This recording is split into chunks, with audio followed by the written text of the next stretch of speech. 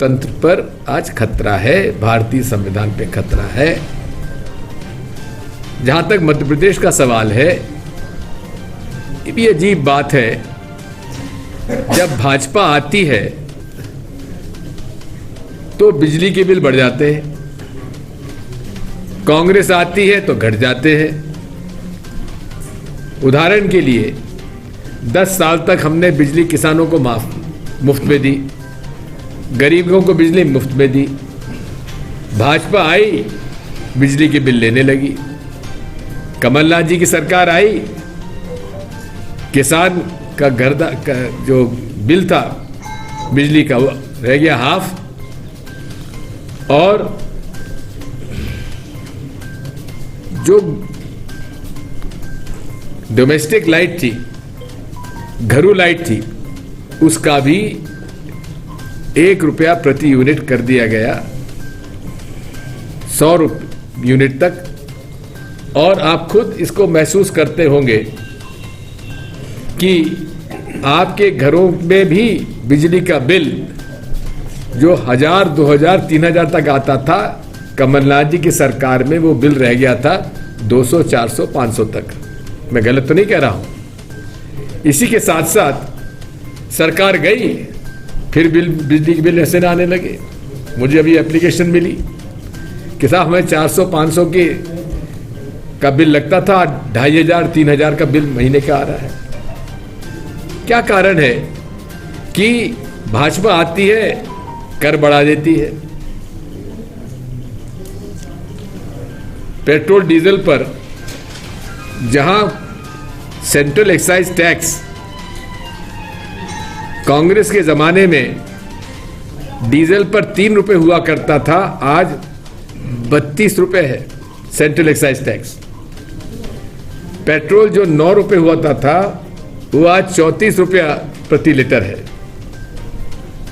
लेकिन धर्म के नाम पर वो हर चीज माफ हो जाती है। खतरा बताते कि हिंदुओं एक हो जाओ, धर्म खतरे में है। अयोध्या जी में राम मंदिर बनाने का किसने विरोध किया? कांग्रेस ने कहा था अदालत का फैसला है उसका मानेंगे, माना गया। हम सब लोगों ने चंदा दिया उसमें।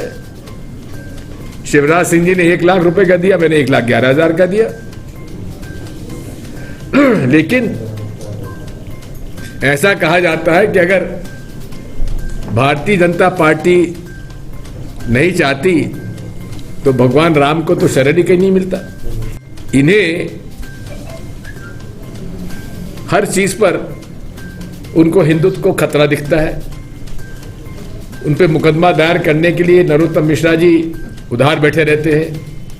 लेकिन रतलाम में महिला बॉडी बिल्डिंग के मंच पर अर्धनग्न महिलाओं के बजरंगबली की मूर्ति के साथ उनका जो प्रदर्शन हुआ, उस पर मुकदमा दायर क्यों नहीं किया गया?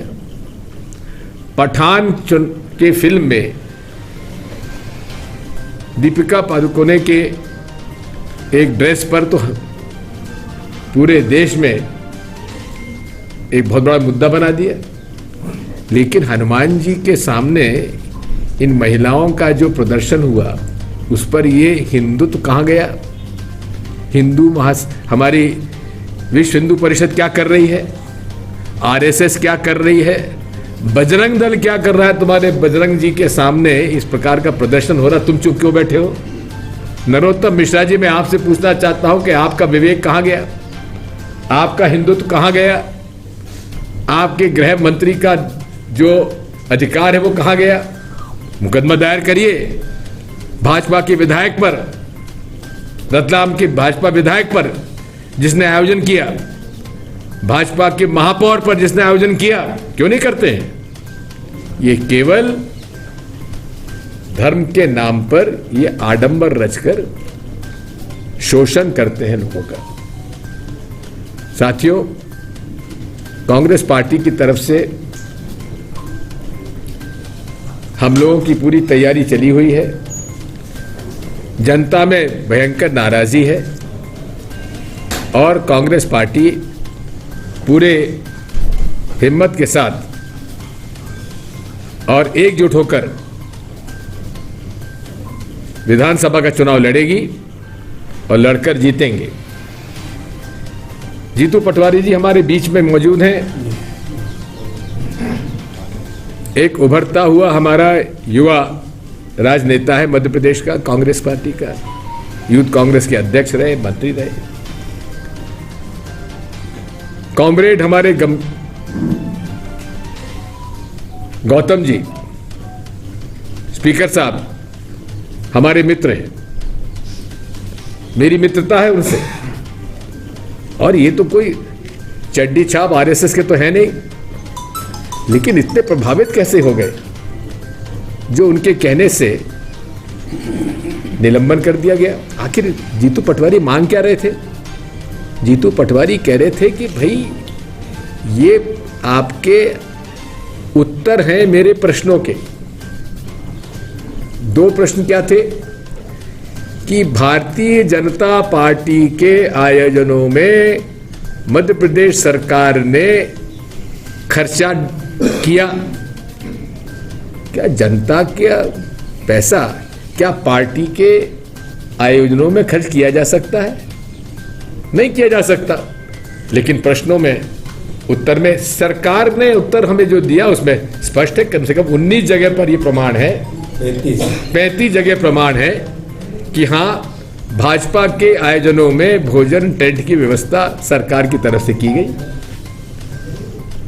दूसरा प्रश्न था वन्य प्राणियों को लेकर, वो केवल उत्तर पढ़ रहे थे जो सरकार ने उन्हें दिया था। इसमें कौन सी गलत बात जीतू पटवारी ने कर दी।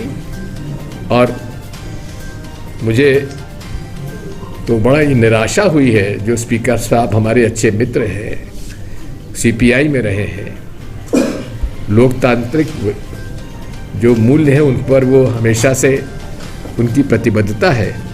बहुत गलत निर्णय हुआ है निष्कासन का। हम उनसे अनुरोध करेंगे कि विधानसभा चलनी चाहिए, क्यों नहीं चला रहे? मेरे कार्यकाल में हर विधानसभा सत्र लंबे समय तक चलता था। आते थे मुख्यमंत्री प्रश्नकाल के अंदर जो पूछना है पूछो में उत्तर देता था।